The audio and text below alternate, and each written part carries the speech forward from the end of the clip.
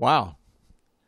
Here at the studio in Ken's Kingdom, where Ken teaches many students in San Antonio, we're here with the soloist for this weekend's March 9 and 10. We're going to hear Ernest Bloch's Schelomo. And you've played this before, you said in college, I think? Yeah, I studied when I was in college. I did a piano performance in studio class. But this is your first time with an orchestra? This is the first time with the orchestra, and I'm really looking forward to play this with my colleagues here in the San Antonio Symphony. It is a magnificent work. Well, Ken is the principal cellist of the San Antonio Symphony, and this has been played before here, this piece by Bloch, depicting verses, you might say, musically, of Ecclesiastes. Actually, this will be the third time that it's been performed. The first time was 1949. It actually was with Leonard Rose, one of my champions of the cello. Everybody's champion, yeah. I mean, champion of the cello. Rose and Rostropovich and Casals, these great old giants. I mean, the people that we are standing on their shoulders, what they built. The second time was in 1979 with Yehudi Hanani playing and none other than Aaron Copland conducting. So fantastic. I was at that concert. That's great. I'm overjoyed to be able to be the third person to play this thing. I mean, after these two guys, so it's really amazing to play. What is there about Bloch and Jewish music that he, I guess, was searching to try and invent? Well, I think he was. Is interesting. Yeah.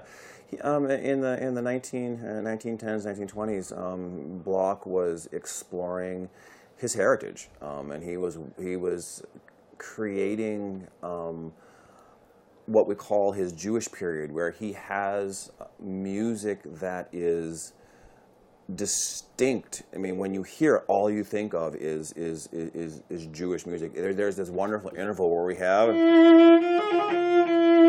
where it's almost like a calling card for Bloch.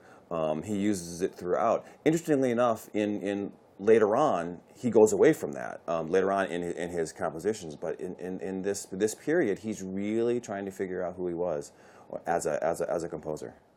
And we know that when you hear Copland, for instance, you know it's Copland. Absolutely, because you hear these open sounds, these open fifths. Whenever I hear Copland, all I think of is prairie. Doesn't matter what it is, it's prairie. Yes, and when you hear Ernest Bloch, I think one can, at least in this period, know that this is an American genius who lives a little bit under the radar in performance. Amongst he major does. orchestras. I mean, he does. The Schelomo is, for me, up there with Dvorak and the Haydn concertos and Shostakovich concertos. Unfortunately, it's not programmed nearly as much as I think it should be, because it's really an American gem.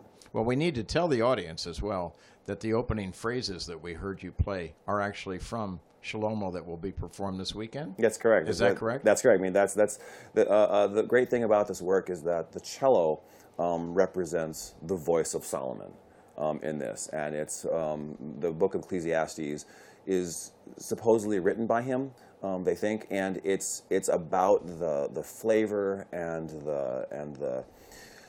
the power of that book and the power of Solomon and what a great leader he was, and you can hear it. I mean, I can't imagine this would have been for any other instrument, because the cello has such this magnificent range.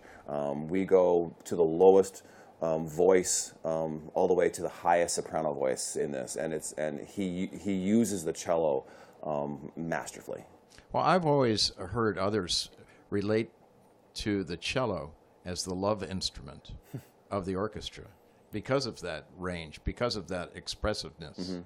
Yeah, I totally agree. I think that's why I fell in love with it.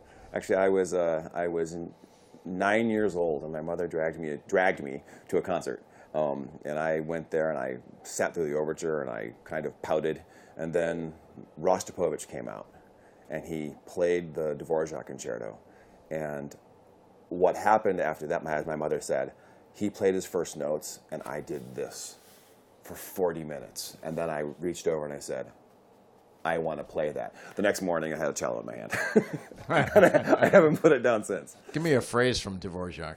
Oh, come on. Really? On, yeah. Son.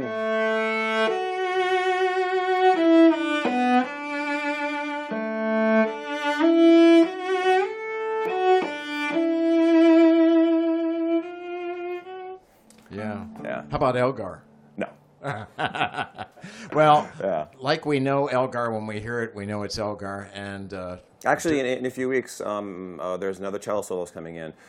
He's playing the Elgar, and that is Johannes Moser. That's on the Beethoven 9 concert. Wow. We're so looking forward. Well, And actually, he's doing a master class as well, which a couple of my students hopefully are going to be playing on that. Excellent. Well, this weekend, March 9 and 10, you get to hear up close and personal Schelomo being performed by the San Antonio Symphony HEB Performance Hall with our own genius cellist, Ken Freudigman, as the soloist. Thank you, Ken. Thank you, Jim.